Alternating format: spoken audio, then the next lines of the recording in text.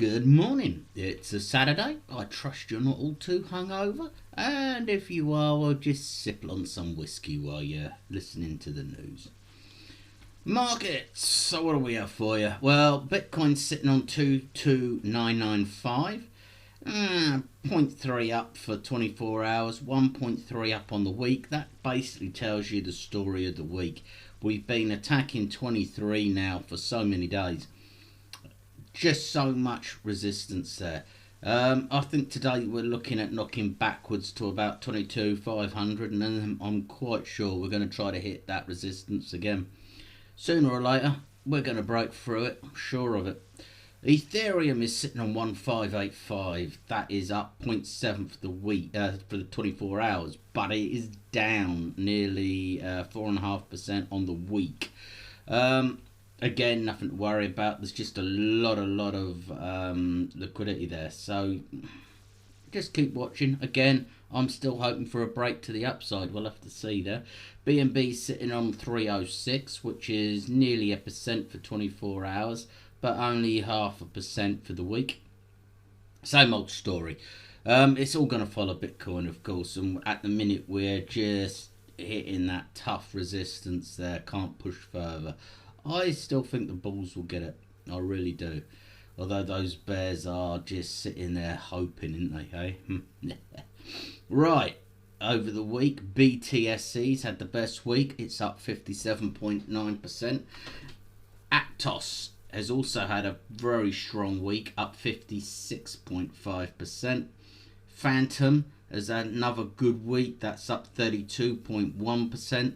If you're not in on Phantom, it was definitely a good project. Maker had a worst week of all of them, down 7.9. H-Bar also bad week results wise, 6.5, which is sad because the H-Bar project is so good. Mana is down 5.8. Although it did have a spectacular week the week before, so you know, it's one of those things. I have some serious concerns about APT Aptos, you know. 20 people, just 20 people, hold 15% of the total supply.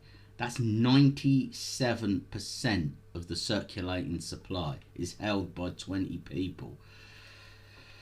Does that really make you feel safe and confident?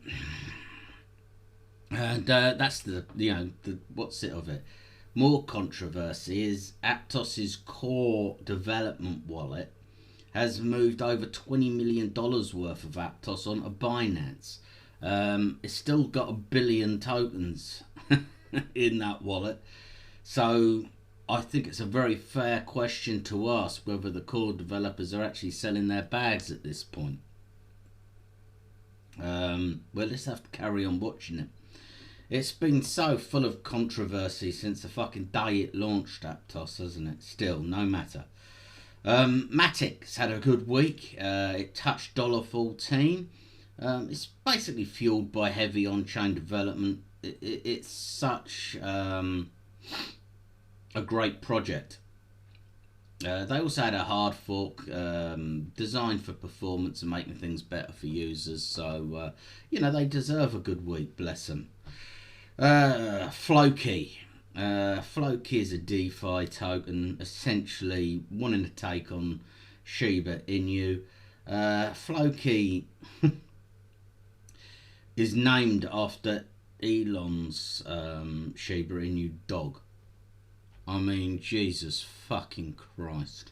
But hey ho, it's up over 100%. So, look, one thing you have to understand is that the crypto markets are not fueled by people with any clue. They're fueled with idiots that buy shit coins because they've got a funny dog face on it and Elon told them to. Anything connected to Elon seems to do well, and that's just the end of it. No matter how fucking stupid it is, no matter how pointless their projects are. Anyway, there you go. Buzz around Cardano is looking really good. There's several little side projects there preparing for launch, including Deja, the stable coin. Over 50,000 new wallet addresses have been opened over the last few days. I mean, that's a serious amount of influx, isn't it? Floki's been listed for futures on MFXC exchange. Another thing that's just pushed them up. AAVE have purchased Curve tokens to clear their debt from the hack. That's brilliant for them. I can't understand why Floki's up 100% and AAVE hasn't had the same kind of boost. Much better project. Still, whatever. White House has also said that it really doesn't want to mix crypto with traditional finance. Okay. Yeah. Oh, CoinGape news, supposedly. They reckon Cardano and AVAX are going to do 100 times. They released a news article saying these tokens will 100 times. And then they released another article saying these tokens will 10 times, listing 4 of the same tokens. It's, yeah, quality news. Quality news. 10 times, by the way, had Polygon. Both featured Dodge. Whatever. It's all good fun, isn't it? It's all good fun. Right, let's have a look back over the week. What's the rest of the week's news like? I want to talk to you a little bit about CBDC. It's a phrase that you're going to be hearing a lot of in the coming months. Over 114 countries are now actively exploring digital currencies. Nearly all G20 countries are invested and in development, and every single G7 economy is now in full development. There's a number of reasons why countries are pushing this way. They're not all conspiracy theory. They want to follow every trade, etc. that you make. But the CBDC, central bank digital currency, is something that's going to be, widely used across the world in the next year. So I just wanted to make you aware of the term, and let you know just how prevalent this is going to be. We've seen a new high of Ethereum millionaires. Addresses holding over 1,000 ETH have actually reached 6,600. So yeah, there's a lot of rich Ethereum people out there. Fantastic, good for them, I say. Good for them. I'm not jealous at all. Not at all. Cardano had a bit of a disaster over the weekend, although it hasn't massively affected their price. They saw 50% of their nodes go down. Just some weird fluke of the network. They've not said why or how. All of the nodes restarted on their own, reconnected, and everything was fine. There was no external interruption to get it going again or updates needed. Fans of the network are sort of pointing out that it did exactly what it's meant to do and sorted itself out all on its own, and it was wonderful. I'm personally kind of left with the question of why it happened in the first place. Solana went down 4 times and their worst one was 48 hours. So, hey-ho and all that. I guess it's all good.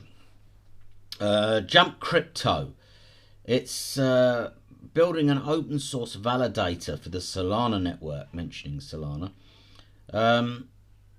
Now they're sort of saying that it's Solana's dedication to performance, which is why they've chosen that network. And they believe that having a backup validator like the Fire Dancer that they're creating would have prevented Solana's issues. So that would be very good as well. I'm very bullish for that. As I said earlier in the year, I think Solana hit a low point, so I think it's going to be all green for them. I've seen a lot of bollocks again about crypto.com. Oh, we've got issues with drawing and I actually saw somebody say it's all because of the 10 million that they accidentally sent an Aussie person over 2 years. Fuck off. For fuck's sake. Unbelievable. Europol are claiming that 1 billion worth of stuff that's gone through Bislato is criminal. They just want to fucking confiscate more, seize more, greedy fucking arseholes.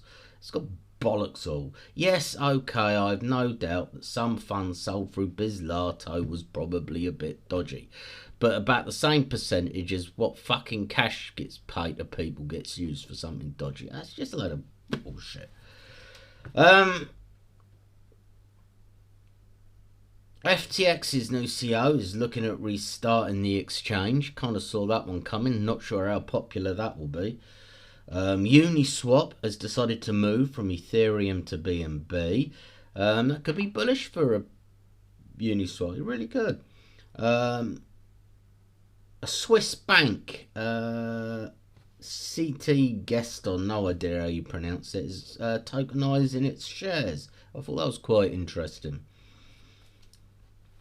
At the same time, EU banks are facing stricter rules regarding crypto holding. They need 1-for-1 in cash reserves. So, yeah, fair enough. Ethereum is has successfully launched a shadow fork. This is ahead of the Shanghai upgrade, so that's all going swimmingly and looking very positive. And SushiSwap. The DeFi protocol Sushi has passed 2 votes now to strengthen its treasury, so that's all good for them. TP, I said it looked like it was going to break out. We've had a monstrous breakout, helped by a little bit of news yesterday morning. I'm not sure if you're aware, XTP is a company that's on the stock exchange. It's a publicly listed company, so their news, because it can affect stock prices, has to go out on the official feed, missed by nearly everybody in the crypto sphere. They've done a deal with Bitfinex to offer cards, and the whole system's going to run through TAP, which should see TAP making more profit, which should see TAP then being able to burn more tokens with said profit, pushing the price of XTP up. That's bullish for XTP, in case you didn't get that. Other news. Musk has commented on Argentina and Brazil's plans for a common crypto, basically, country currency. They're going to invite other Latin countries to also become part of it, creating essentially what would be the second largest currency union. Yeah, it's interesting plans, but it's early days yet. Celsius has pushed for a court battle to allow its customers to receive the airdropped Flare token from the airdrop that went out to all Ripple holders. So they've won that, so that should be going out to their customers. It's also hinted at a new token launch as part of its restructuring program. We'll have to wait and see what happens on that front. Fraudsters, they're taking advantage of Ripple holders, offering a fake staking program. So if you're an own Ripple holder, please be warned, there isn't a staking program. It's tied to Binance as well, obviously not officially, but the fraudsters are pretending. Just be careful, guys. Mythical Games looks set to get 50 million's worth of funding. It's also launched a new NFT gaming marketplace, so that's one to look out for in the future. The Maker DAO community plan to deposit 100 million into Yarn Finance, so look for them. Cardano. Their developers have said the DZ stablecoin is literally poised to be released before the end of January, so we could see that push Cardano up. I'd like to see Cardano eye $1, to be honest with you. Microsoft is reporting 52.7 billion in revenue for Q4 of 22. It's something, isn't it, when 52.7 billion of revenue is missing expectations and considered bad news. Jesus Christ. A senator has put a bill forward which would basically ban Congress members from trading. I would say that's probably a good idea. And the Visa CEO has basically said he sees blockchain as the future of payment space. Yeah, mainstream bullish news for crypto. A few days have been filled with terribly negative news about Porsche's NFT sales, which failed completely. However, all of that bad news has suddenly brought a twist because they've bloomed. Just proving the sentence, innit? No, any news is good news, really, A Marvel artist has said comics will be Web3. Not quite sure how he's intending that to be implemented, but hey ho, it's all futuristic. Optimism. Great chain, but their activity dropped massively as their NFT incentive ends. Don't really think of it as a bad thing overall, but it's just a characteristic and worth noting at the moment. Chainlink has been pushing themselves, celebrating passing the 7 trillion in transaction value milestone. So that was wonderful for Chainlink, good for them. Coinbase got fined nearly 4 million by Dutch central bank for operating without being registered. Coinbase replied, well, we've been trying to go through the registration process for the last 2 years. So, well, banks will be banks, won't they? Robinhood's officially verified Twitter account got hacked and was promoting a scam. So whatever you do not follow those links. That's very important. Musk has made comments regarding Tesla being the most valuable company in the world. And he also pointed out they didn't sell any Bitcoin in Q4 last year. In other news outside of the crypto sphere, nearly, Nancy Pelosi sold $3 million worth of Google stock a couple of months back, and yesterday she filed an antitrust lawsuit against them. Yeah, there's no corruption in governments whatsoever. And Goldman Sachs has named Bitcoin as the best performing asset of 2023. Given that we're not at the end of January, well, whatever. Moody's, a very large credit rating agency, is working on a official scoring system for stable coins. I think that will be quite helpful in the future. Argo, Bitcoin mining company, they have a class action lawsuit against them claiming false and misleading statements, and that people would not have bought the security if the statements were true. AAVE is about to deploy version 3 on the Ethereum network. I'm surprised AAVE hasn't been at the top of our, hot 24 hours list, to be honest. It's a good bet. Chat GPT.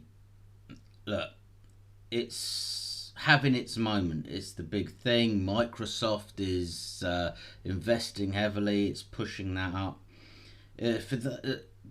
I don't want to go too into it, but look, it's AI, all right?